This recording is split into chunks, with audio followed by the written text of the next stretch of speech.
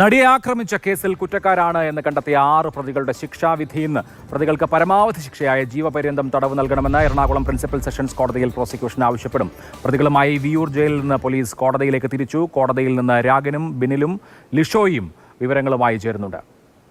ദിലീപിന്റെ വീടിന് മുൻപിൽ നിന്ന് ശ്യാമപ്രസാദ് ഉത്തരവുമുണ്ട്. ആദ്യം ബിനിൽ, ഈ കോടതി വിധിയെ സംബന്ധിച്ച വലിയ ആകാംക്ഷ, എന്ത് ശിക്ഷ 1 മുതൽ 6 വരെ പ്രതികൾക്ക് കിട്ടുന്നു എന്നുള്ളതിനപ്പുറത്ത് വിധിപ്പകർപ്പിൽ എന്തൊക്കെ കാരണങ്ങളാലാണ് ദിലീപിനെ കുറ്റവിമുക്തനാക്കിയത് എന്നുള്ളതിലായിരിക്കും എന്ന് തോന്നുന്നു.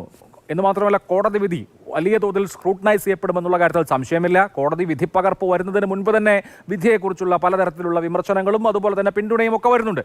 എന്താണ് ഇന്ന് കോടതിയിൽ നിന്ന് പ്രതീക്ഷിക്കേണ്ടത്? എപ്പോൾ നടപടിക്രമങ്ങൾ ആരംഭിക്കും? അഭിലാഷ, ഇന്ന് രാവിലെ 11 മണിക്ക് തന്നെ കോടതി നടപടികൾ ആരംഭിക്കും. ആദ്യം ശിക്ഷയിന്മേലുള്ള വാദമായിരിക്കും നടക്കുക. രാവിലെ 11 മണിക്ക് കോടതി നടപടികൾ തുടങ്ങിക്കഴിഞ്ഞാൽ കേസിൽ ഇപ്പോൾ കോടതി കുറ്റക്കാരാണെന്ന് കണ്ടെത്തിയിരിക്കുന്ന 1 മുതൽ 6 വരെയുള്ള പ്രതികളുണ്ട്. Pulsar Suni, Martin, B Manikandan, Vijeesh, Vadival Saleem, Pradeep, ഇതാണ് 6 പ്രതികൾ. ഈ 6 പ്രതികൾക്ക് ഏറ്റവും കുറഞ്ഞ ശിക്ഷ എന്നത് 20 വർഷമാണ്. 20 വർഷത്തിൽ കുറഞ്ഞൊരു ശിക്ഷ ഈ പ്രതികൾക്കുണ്ടായിരിക്കില്ല. കാരണം IPC 376D പ്രകാരം ഏറ്റവും കുറഞ്ഞ ശിക്ഷ നൽകാവുന്നത് 20 വർഷമാണ്. പരമാവധി ശിക്ഷ എന്നത് ജീവപര്യന്തമാണ്. എന്തായാലും പ്രോസിക്യൂഷൻ ജീവപര്യന്തം കഠിന ശക്തിയായി വാദിക്കുമെന്ന കാര്യം തീർച്ചയാണ്. പ്രത്യേകിച്ച് ഇതുപോലൊരു കേസിൽ പ്രതികൾക്ക് പരമാവധി ശിക്ഷ നൽകണമെന്ന ആവശ്യം തന്നെയായിരിക്കും പ്രോസിക്യൂഷൻ മുന്നോട്ട് വയ്ക്കുക. പ്രതിഭാഗം ആ ശിക്ഷ കുറച്ചു കിട്ടാനുള്ള വാദങ്ങളായിരിക്കും അവർ ഉന്നയിക്കുക.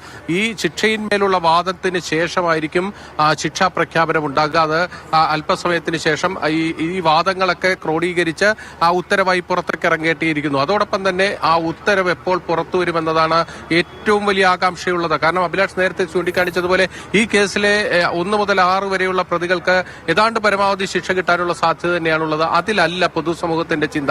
എന്തുകൊണ്ട് പ്രതി ആയിരുന്ന ദിലീപിനെ ഈ കേസിൽ വെറുതെ വിട്ടിരിക്കുന്നു? A8 8ാം പ്രതിയെ വിട്ടത് ഗൂഢാലോചന തെളിയിക്കാൻ കഴിഞ്ഞിട്ടില്ല എന്ന നിലപാടോടുകൂടിയാണ്. അതിന് കോടതി സ്വീകരിച്ചിരിക്കുന്ന കാര്യങ്ങൾ എന്തൊക്കെ, പ്രോസിക്യൂഷനെതിരെ എന്തൊക്കെ വിമർശനങ്ങൾ ഈ കേസുമായി ബന്ധപ്പെട്ട് കോടതി ഉത്തരവിൽ ഉണ്ടാകും?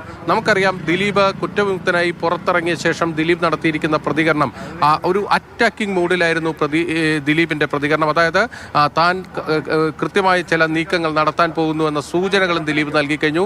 അതായത് അന്വേഷണ ഉദ്യോഗസ്ഥർക്കെതിരെ നിയമ നടപടിയാണ് ദിലീപ് ആലോചിക്കാൻ പോകുന്നത്. അത്തരത്തിലൊരു നിയമ നടപടി ദിലീപ് ആലോചിക്കുമ്പോൾ സ്വാഭാവികമായും ഈ ഉത്തരവിനകത്ത് ഈ പ്രോസിക്യൂഷനെതിരെ ചില കാര്യങ്ങൾ ഉണ്ടാകും, തനിക്ക് അനുകൂലമായ ചില കാര്യങ്ങൾ ഉണ്ടാകുമെന്ന് ദിലീപ് വിശ്വസിക്കുന്നു എന്നതാണ് ഏറ്റവും പ്രധാനപ്പെട്ട കാര്യം. അത്തരത്തിലൊരു വിശ്വാസത്തിന്റെ പുറത്ത് തന്നെയാണ് ദിലീപ് മുന്നോട്ട് പോകുന്നത്. അപ്പോൾ ആ പ്രോസിക്യൂഷനെതിരായ കോടതിയുടെ പരാമർശങ്ങൾ എന്തുകൊണ്ട് ഇതിൽ ഗൂഢാലോചന തെളിയിക്കാൻ കഴിഞ്ഞില്ല, അല്ലെങ്കിൽ പ്രോസിക്യൂഷൻ മുന്നോട്ട് വെച്ച തെളിവുകളിൽ അവിശ്വാസം എന്തുകൊണ്ട് കോടതിക്ക് വന്നിരിക്കുന്നു?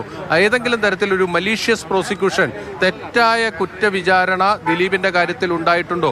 അങ്ങനെ കോടതി കരുതുന്നുണ്ടോ? അല്ലെങ്കിൽ ഏതെങ്കിലും തരത്തിലുള്ള അന്വേഷണത്തിന് കോടതി നിർദ്ദേശിക്കുന്നുണ്ടോ? ഇതൊക്കെയാണ് ഇനി പുറത്തു വരാനുള്ള കാര്യങ്ങൾ. അങ്ങനെ പല കാര്യങ്ങളും ഇപ്പോൾ പുറത്ത് ഊഹാപോഹങ്ങളായി പ്രചരിക്കുന്നുണ്ട്.